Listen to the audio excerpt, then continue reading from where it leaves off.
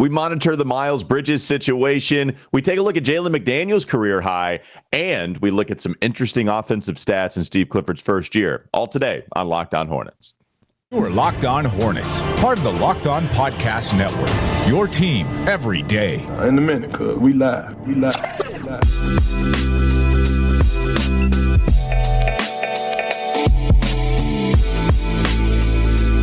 It's Locked On Hornets, part of the Locked On Podcast Network. It's your team every day. Today's episode is brought to you by SweatBlock. If you or someone you love is experiencing embarrassing sweat or odor, try SweatBlock. You can save 20% with promo code Locked On at sweatblock.com. Also available on Amazon. Apparently my dogs are a big fan of SweatBlock. I don't know if you could hear them barking, but they don't have sweat glands. They just pant. They might have pant block if they made a product like that, but it would work. There's a guarantee that it would work, and we'll tell you more about it later on in the show.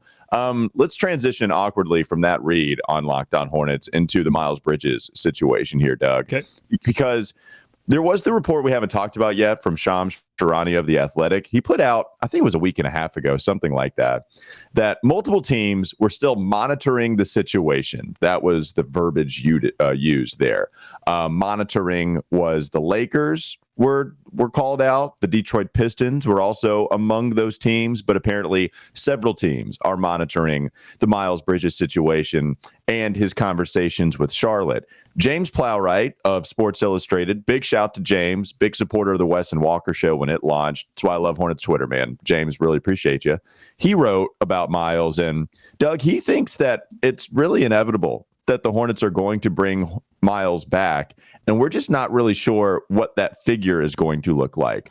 He makes the case that a multi-year deal makes the most sense because if you just sign him for this year, then he's most likely going to be suspended for, probably the entire season, and then he's just an unrestricted free agent again.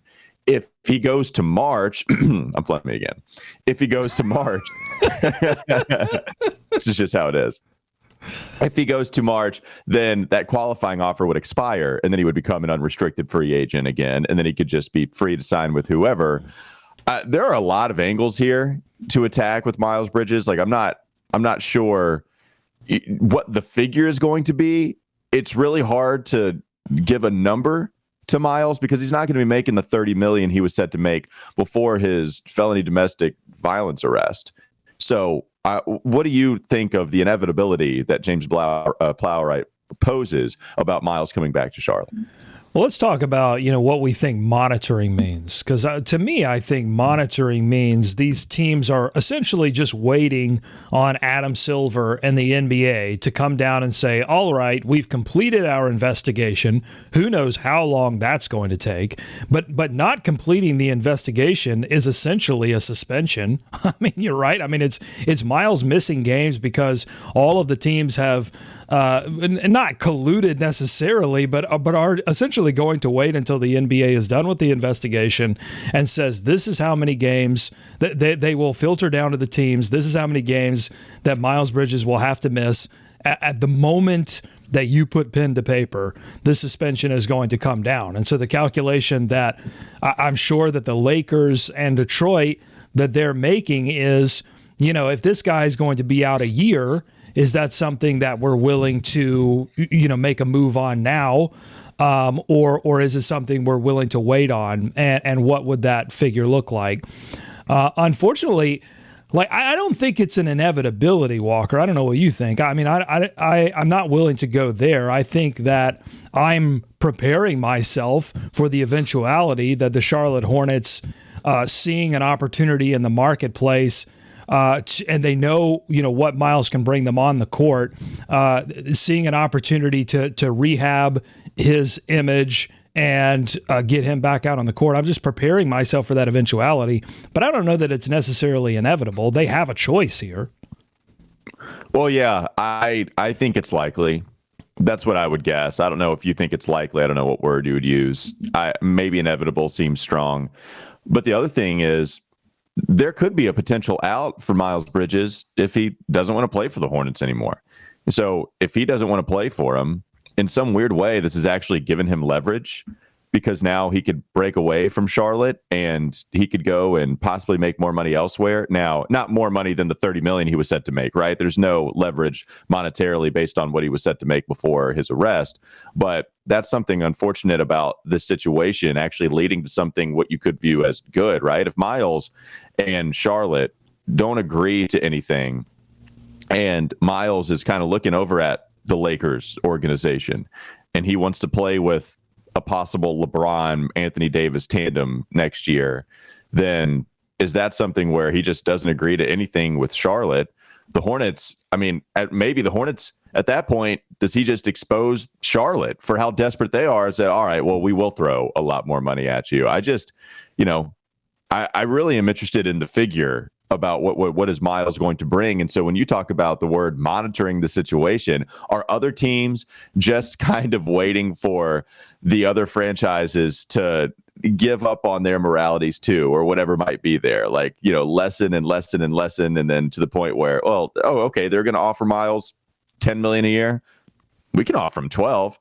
Oh, they're going to offer him 12. Well, all right. I mean, what's 14? And it's just the classic little by little going up to the point where Miles is still going to recoup quite a bit. And it's going to be multi-year, as James, that's a good point that he brings up, right? Just because no team is going to bring him in for just 1 year, because you have to imagine the suspension is going to be significant for this season, where I don't even know what his impact would be. And so it would be multi-year, and then he'd be set to make his money after. Well, and the calculation that any team would make, including the Charlotte Hornets, would be that, there's a subset of the fan base already that's ready to forgive Miles Bridges right now. And if he could start tomorrow with all of the injuries that this team has sustained and the hunger that there is from this fan base to win basketball games while LaMelo is still a member of this team, that they're willing to forgive him right now. And then there's another group of the fan base that's not ready to go there right now, but if he served a year suspension, after that suspension was over, they would say, well, he took the no contest plea, and then he served his punishment from the NBA. He's serving his punishment as part of this legal proceeding, and so he deserves a second chance and is ready to play. And then there'll be probably a smaller subset of the fan base that's just never going to forgive Miles Bridges and is never going to be comfortable seeing him play for the Charlotte Hornets or any organization.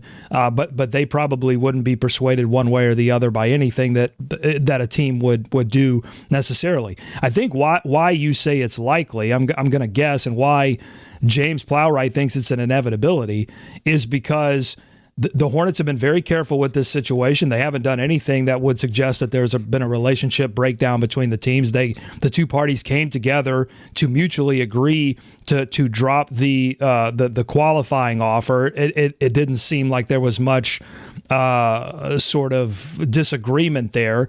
And then you've had several players, prominent players, LaMelo Ball, Terry Rozier, all expressed an interest in Miles Bridges returning to the team.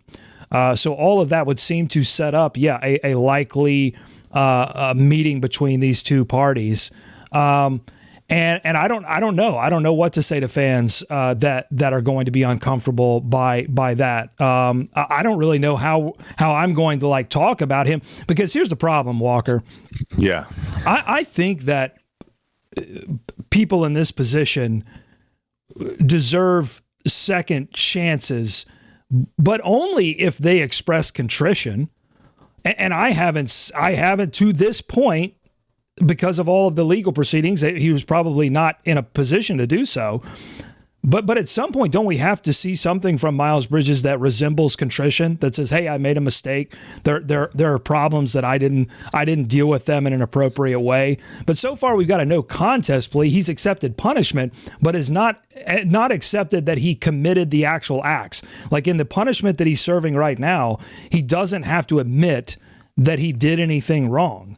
And so, I think that would be an important next step in this whole process. But I'm doubtful that we're going to get that, because the calculation that players and teams have made is that if you do all of the punishment stuff, then people will let you off the hook without any admission of guilt. No, this is something that Miles Bridges has to live with for the rest of his life. Now, in certain areas, he's not going to have to live with it as much, but Ray Rice is the example to go to, because you go to Ray Rice and the elevator video drops and the NFL is hit by this media frenzy discussing why in the world has there not been a more severe punishment. And then boom, Ray Rice does get a punishment. And what Ray Rice has done has talked about how he has to live with that for the rest of his life. But Ray Rice also has gone around talking about the problems, the consequences, and the wrongdoing in domestic violence issues. And so where you can have some rehabilitation stories, it doesn't mean the fact that this is going to go with you wherever you go, how it sticks with you the rest of your life. You can still have some control on just how it is going to be a part of your life, but it is going to be there. And you're right about contrition needing to be there with Miles Bridges. Also, there needs to be some kind of punishment that serves as some form of A, deterrent, and B, something that matches what the actual offense is here.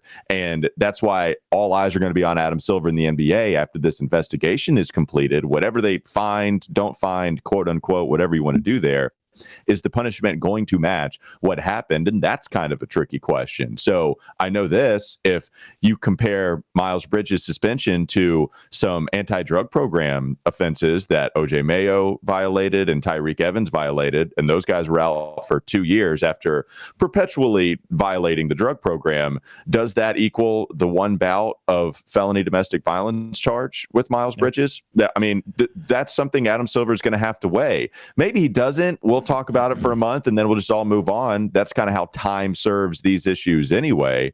And maybe that's what Miles Bridges' play is here. It probably is, Tyreek Hill is a multiple offender in the NFL, and he got not 4 first-round picks. Sorry, that's NBA trade stuff, but he got a lot. Miami gave up a lot to go get Tyreek, right? Like this is, and this is someone in Miles Bridges where, yeah, it's fresh, but if we give it a year's worth of time after the suspension, he comes back, we raise the story up just a little bit more, and then you get into 20 games into the season. And I'm not naive to how this thing is going to go down the line. We'll always remember it, but will it ever affect truly how the second contract will look? Like if Miles comes back and balls, he's going to get 30 after that, and the salary cap spike. We've got to go to the second segment, but I've got a couple more thoughts on this, so let's take it to the next segment. All right, coming up next on the Locked On Hornets podcast. Don't go to sleep on the Hornets just yet. We'll talk more about the Miles Bridges situation, and we will have some happy stuff to talk about. Jalen McDaniels did have a career high despite the drubbing they experienced against the Boston Celtics, but Jalen at least was performing pretty well. This episode is brought to you by SweatBlock. I told you a couple times I had an experience at a wedding where I had to wear the white button-up shirt. You get the deal. When you put the jacket on, when you have the undershirt underneath, right, you have 3 different shirts on, it's going to get sweaty. And you need to make sure that your deodorant or anything is stopping the perspiration, because especially if it's a wedding where you're like know people of people, stuff like that, you don't want to make your first impression with sweaty pit stains. You just don't want that to happen. SweatBlock can help you with that. SweatBlock gives you the confidence to wear what you want without that embarrassing sweat. SweatBlock wipes were featured and tested on the Rachel Ray Show, by the way, by firefighters. And if you or someone you love is experiencing embarrassing sweat or odor, you can try SweatBlock and save 20% with promo code LOCKEDON at sweatblock.com. Also available on Amazon. More to come on Locked On Hornets. Is Locked On Hornets. But I have seen him go all the way up to number 10. That was. Is there a warning? Do we need to get out of here? Okay, here's the thing. I don't know if you heard, but my watch went off, and I was trying to silence it, and then I accidentally hit ping the phone, and then the phone pinged, and now here we are. I'm doing my best, man. It seems like you're doing your very worst. Well, sometimes it seems like I'm actively fighting you today to move. Sometimes my best is my worst. It's time for more of the Locked On Hornets podcast.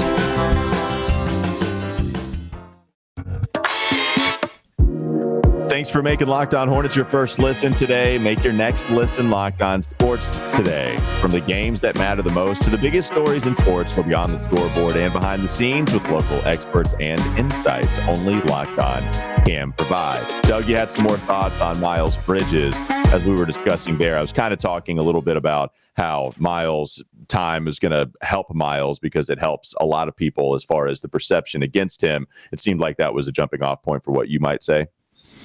Well, I mean, I think there's this idea that, and I think James touched on it a little bit in his article, and I think this is how some fans view the situation, which is like the team has to be careful here that they don't go ahead and offer him as much money as he was going to get before, because that would be somehow like a PR nightmare for him to have gone through this entire process and then get the same amount of money and then nothing changes. My counter argument would be like, what? At this point, with like the Deshaun Watson situation in Cleveland and what they're about to endure, I mean, and he's about to come back.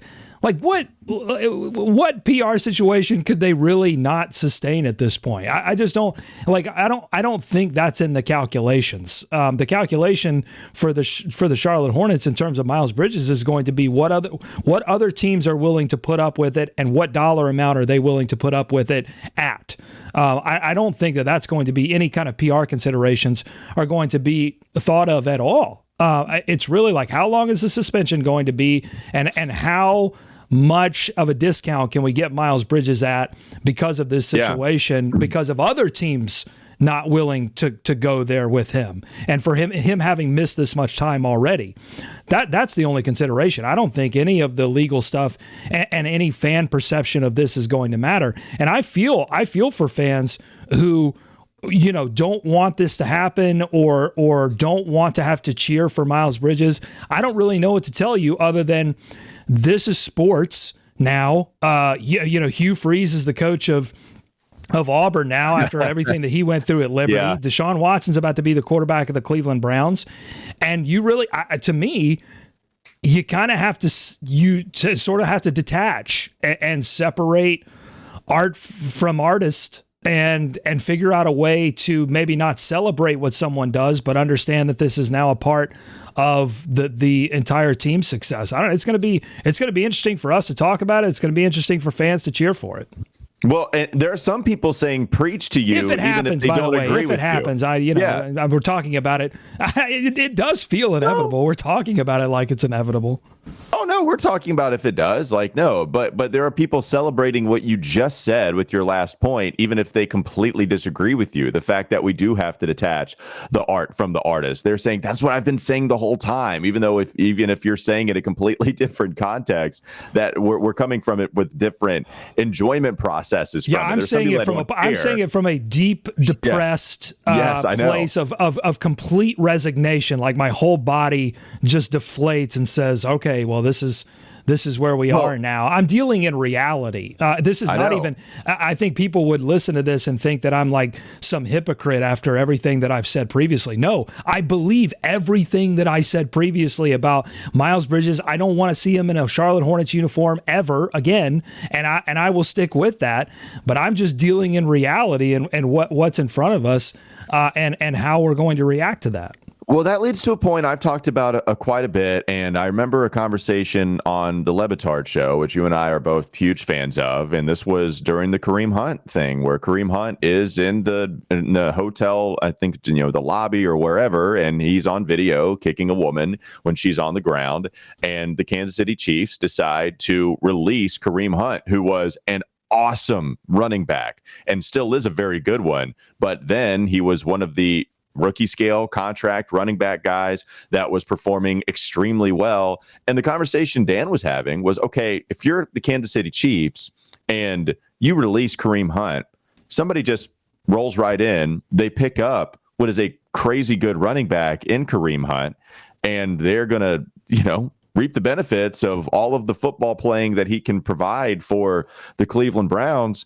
and nobody's been talking about Kareem like that. They would only bring it up in passing when the Browns would offend again by signing Deshaun Watson to a record quarterback deal, which is hilarious, ridiculous, and hilarious for all the wrong reasons. Like it's if you are a franchise that releases said talented player, then you don't want to see that other team go get them and then just not have to deal with the fallout. Like there's a little bit of a difference. Kansas City is a little bit different than Cleveland. Charlotte will be different than any other franchise because the original team is going to have to carry some of that burden, quote unquote, whatever that may mean, to having that the media backlash. But at the same time, if you weather the storm, which teams have done before, you can get out of this and you can just, continue to win, continue to kind of happen what you were hoping for, which is, a good basketball player maybe playing for you, a good football player playing for you. So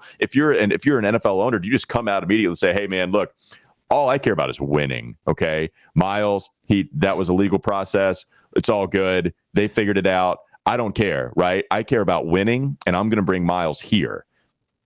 That's if we're detaching the art from the artist, the owner is just doing it blatantly so, and it would feel really dirty. At the same time, it would be the same type of idea, detaching art from the artist, detaching play from the player, detaching offense from the player, and then keeping that off of the court. Yeah, it's really tough. All I can hope is from the NBA's perspective, that they understand that punishment is priority. If the priority is to get domestic violence out of the league, then the punishment needs to reflect that and needs to be an actual deterrent. For example, when we talked about all of the James Bouknight driving under the influence stuff, when you look at the punishment for that, it's 2 games. And typically it's not even the team that the player is currently playing for when he gets the charge of driving under the influence that has to actually take the penalty, because the adjudication process is such that the player ends up floating out of that team anyway, and the team that picks that player up ends up taking the punishment. But the punishment is so light that it's not really a deterrent, and that's why we keep seeing players get popped for driving under the influence. Well, it's part of the reason, I think, because it's not a deterrent, and the NBA has been just fortunate thus far that a player driving under the influence hasn't killed someone like we've seen in the NFL, where the punishments are more severe because the NFL has made it a priority. Because players are driving under the influence and killing people, they have made it a priority to get that out of the league. So hopefully the NBA takes this seriously as well, because domestic violence leads to deaths. Like, they need to take that seriously too. Well, the other thing, just real quickly with the NFL thing, they let the legal process play out, and Henry Ruggs is in deep trouble legally. Like that's the thing with Henry. So the NFL actually, yes, the NFL wants it out, but it's not the NFL really making that decision on Henry Ruggs. It's the legal system. They're like, oh, what, this person killed someone driving drunk and going incredibly, incredibly fast. And so they're taking care of it. And the NFL, I don't even know what the NFL has done. I know the Raiders, I think, released him, and that's it. So we can look that up even more so. But yeah, that's that to the point, right? When it almost gives credence to letting the legal process play out. The legal process played out with Henry Ruggs. Very different situation, but still, it's a problem. They let it play out. Henry's not going to be playing in the NFL right now. And Miles Bridges, they let it play out, pled no contest, and the NBA will have its own investigation. I'm thinking of Dante Stallworth when he got his DUI manslaughter and they suspended him for the entire. Oh, okay. Whew, yeah, a lot further down the line. I didn't expect that, but you're right. I guess that means there's multiple incidents. Okay. Do you want to talk Jalen now, or do you want to talk Jalen on the other side along with Steve Clifford? Let's do it. On the other side. Coming up next on the Locked On Hornets podcast. Don't go to sleep on the Hornets just yet. We'll get to Jalen's career night against Boston, and Doug does have some interesting numbers to look at regarding Steve Clifford's first stint and how they performed on the offensive end. So stay tuned for some of those impressive numbers, or just really interesting numbers from Steve Clifford. This episode is brought to you by ExpressVPN. So we all know ExpressVPN protects your privacy and security online, right? But here's something you might not know. You can also use ExpressVPN to unlock movies and shows that are only available in other countries. Maybe you've run out of stuff to watch here, and you don't want to watch anything else on Netflix anymore, or really any other streaming service. this is the thing that can change your streaming world. Not just Netflix, right? ExpressVPN, it works with any streaming service like Hulu, BBC, iPlayer, YouTube, you name it. There are hundreds of VPNs out there. But the reason you can use ExpressVPN to watch shows is because it's ridiculously fast. There's never any buffering. There's never any lag. You can stream in HD, no problem. ExpressVPN, it works on all your devices, phones, media consoles, smart TVs, and plenty more. So you can watch what you want on the big screen, or you can watch what you want on the go. So if you want to get access to hundreds of new shows, go to expressvpn.com/lockedon right now, and you can get an extra 3 months of ExpressVPN for free. That's expressvpn.com/lockedon, expressvpn.com/lockedon to learn more. Plenty more to come on Locked On Hornets. Is Locked On Hornets. They're running their rookies to Greensboro. They're driving them to Greensboro and then driving them back the same day to play in an NBA game. I cannot wait until the Hornets load manage. It's time for more of the Locked On Hornets podcast.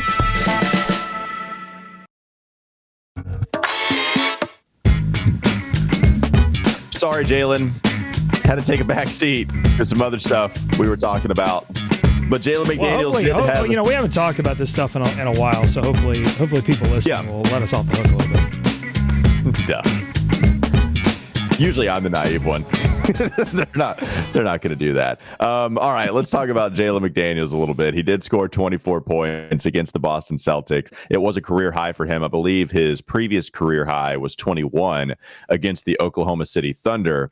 Jalen has been a Steve Clifford guy, right? I've talked about how we tried to figure out who Clifford would show favoritism for towards, or just because he just fit the bill of what Clifford wants as a basketball player. I thought JT Thor was going to be that guy.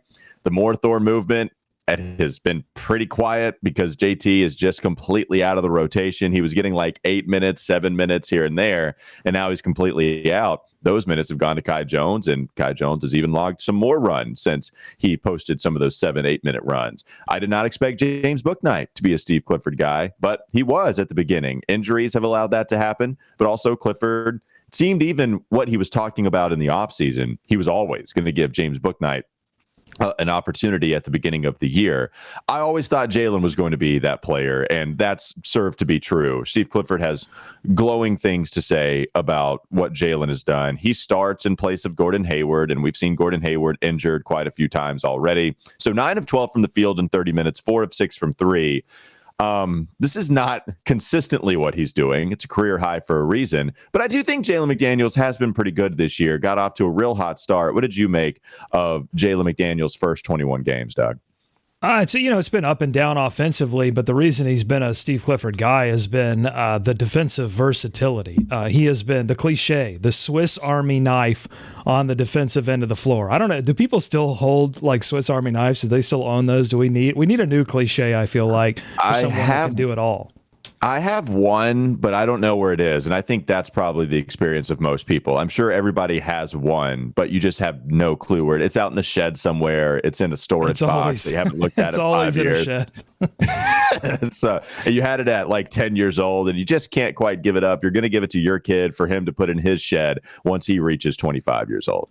That's right. But so when you look at his defensive matchups, it's almost split down the line. Almost 30% has been against shooting guards, 30% against small forwards, 30% against power forwards. He's been able to, Clifford has been able to use and trust Jalen McDaniels on the defensive end of the floor on all of those positions. So he gives your defense a little bit of switchability. And this team doesn't have a lot of those type of players. You really are kind of locked in, and this team deals with a lot of matchup difficulty up front. Like you're trying to hide some of the issues that you've got up front at the guard position when you've got Terry and LaMelo on the floor at the same time, which they've had very little of this season, but will be something they have to figure out moving on down the line. Having someone like Jalen on the defensive end is super critical. If he can get his three ball locked in, like he can be a super effective player without the 3-point shot, which started off super hot and then went super, super cold.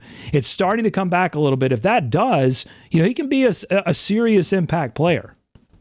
Yeah, and I think defensively, it as you just mentioned, that versatility, it does warrant playing him just as many minutes as he's logging right now. I'm looking up his stats because the three-point shot, even at 38%, if it stays there the rest of the year, 37.5 to be exact, it was on the same mark that he shot last season. Last year, beyond the arc, he shot 38. And he shot 2 attempts per game. He's actually upped that to 3.4. But the 2-point percentage, that's what's down for Jalen McDaniels. And I think that's just not finishing at the rim a little bit more. 48.5% from 2 as it currently stands. Last year, he shot 56.2. This is his 4th year in the league. He is averaging 9.7. So I think that's something minor that will allow him to experience, something greater, right? So the offensively, I think that's what we're kind of looking at. Speaking of the offensive part of the Charlotte Hornets, I wanted to do a Steve Clifford check. I feel like a few people have used the first 21 games of this Hornet season as an indictment on Steve Clifford's coaching. And they've used these last 21 games to say it proves that James Borrego was not the problem. I don't know if we have any answer to that right now. The injuries are crazy. James Borrego had LaMelo Ball the first 21 games of last year, and Steve Clifford has had LaMelo Ball, 2.5, or I guess almost 3. That's it. And he also hasn't had Gordon Hayward. I think he had Gordon Hayward the first 20 games of last season, So for me, it's James Borrego. I had my things that I didn't like about what he was doing with the Hornets. I don't think there's any kind of, I'm not saying there's no sweeping statement you can make based off of what you've seen so far this year. Now, when we were looking this up, you found some interesting offensive numbers, Doug. What do you make of the JB, defenders out there after watching what Steve Clifford has done, and then what you've seen from him in the last 2 stints now here in Charlotte? Well, I don't think we have enough evidence offensively because of all of the injuries to really make that determination about Steve Clifford, having broken an offense that was almost top 5 in the league last season at, according to Cleaning the Glass, it was 6th in the league at 114.8 points per possession. That's dropped to 106.4 points per possession. They are dead last in the league in both points per possession and effective field goal percentage. But they've been missing so much of what made that offense last season hum. Obviously, the obvious thing is LaMelo Ball, but also you have to remember, like, Cody Martin's ascension as a three-point shooter last season was also critical. Cody Martin's ability to steal the basketball and get the men to transition and get easy points, that was essential to making this offense go. Miles Bridges' absence obviously was a big boost to this offense that they lost in the offseason. So, there was obviously going to be some regression, and then the injuries have really tanked it. So I don't think we have enough evidence until players return that there are serious issues with Clifford and the offense. Now, if you look back to his first stint with the Charlotte Hornets / Bobcats, he took a Bobcats organization that was in the bottom 5 in the league offensively every year except for 2 seasons, 07-08 and 09-10. Wait, I'm sorry. Is that right? Every year of the Bobcats' existence, they were bottom 5 offensively except for 2 seasons. You ready? These are the rankings according to Cleaning the Glass. Points per possession: 28, 28, 25, 22. That was 07-08. That was when Jason Richardson came. 27, then 23. That was the 09-10 playoff season.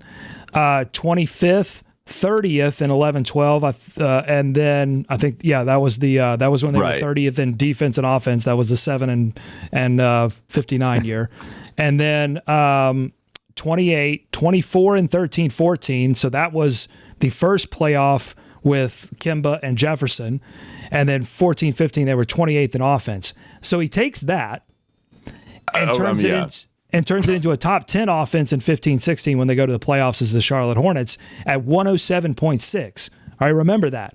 They were 9th in offense at 107.6. Last season, they were 6th in offense, only 3 spots higher, but they were 114.8 points per possession. Teams are scoring more points. The game is faster. And the big question with Clifford coming in was, could he adjust to that? Could he take an offense that was high octane and keep it high octane in order to keep pace with the rest of the league? So far, the answer's been no, but you have to look at the context.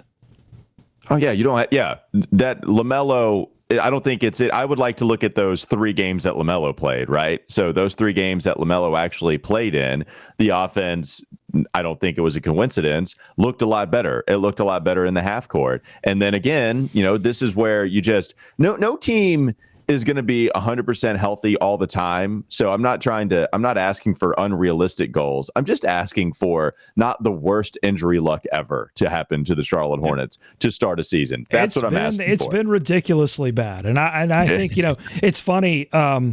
When you looked at the injury report for this last game, Walker, I imagine so many people across the NBA that came upon this injury report looked at that and went, yeah, these guys are definitely tanking. And all the Hornets fans that are actually in the know are going, no, we're not. That's the thing. They're trying to win basketball games and they can't because the injuries keep happening. We're not even trying. I think someone posted on our YouTube, the Hornets aren't tanking. They're just really good at losing. Well, I mean, there's part true, but also they're really good at getting injured. And that's, been a story of this season. If you have 2 injuries at all times, let's just give them 2 and let's, interchange that with Cody and whoever. They don't have only 6 wins on the season. They have more than that. Their record is better, but you don't, because you had just had 5 guys that were out of the Celtics game. You started off with Cody playing. I mean, Cody Martin might have played 30 seconds before he had to exit that game. LaMelo wasn't good to go because of his preseason injury. Terry Rozier played 4 to start the season, and then he was done. Gordon Hayward has a broken shoulder, and his wife is telling you all about it. So, this is what it is in Hornets land with all of the injuries. Well, one more point. To Clifford's credit, I think now just the raw numbers on the defensive end in terms of points per possession and effective field goal percentage allowed, like those numbers are pretty close to what they were last season, but I think they've been skewed by a few blowouts early in the season. We've obviously had the blowout in Boston. There was one in Memphis. But if you look over, and again, with all of the injuries, and even with DSJ being out, against Minnesota, Philly, and Washington, those previous 3 games before the Boston blowout, I mean, they held Washington to 106, Philadelphia to 100 points per possession, Minnesota to 101 points per possession. Minnesota has a really good offense. So, he's made this team much more active and responsible defensively than they were last season. So they gave up. I was looking at this Boston game, and I thought they were about to give up the most points in franchise history, which would have been 146 was the record. And then I was looking, at that list of games where they had given up the most points all time, and I noticed that 2 of them happened in April of this year, which was the end of last season. Within 3 days of each other, at the very end of last season, the Hornets gave up 144 points twice in 3 days. I don't know how we were surprised that they got bounced in that play-in game when there was just no responsibility on defense. They're much more responsible this year, and you have to credit Clifford on that. Yeah. All right. Thanks for making Locked On Hornets your first listen today. For your second listen, check out Locked On Sports today. From the games that matter the most to the biggest stories in sports, go beyond the scoreboard, go behind the scenes with local experts and insights only Locked On can provide. Locked On Sports today, available on this app, YouTube, and wherever you get your podcast. Sam Purley, we're debuting a new segment, Purley Riser. Early. Tomorrow. Have a great rest of your day.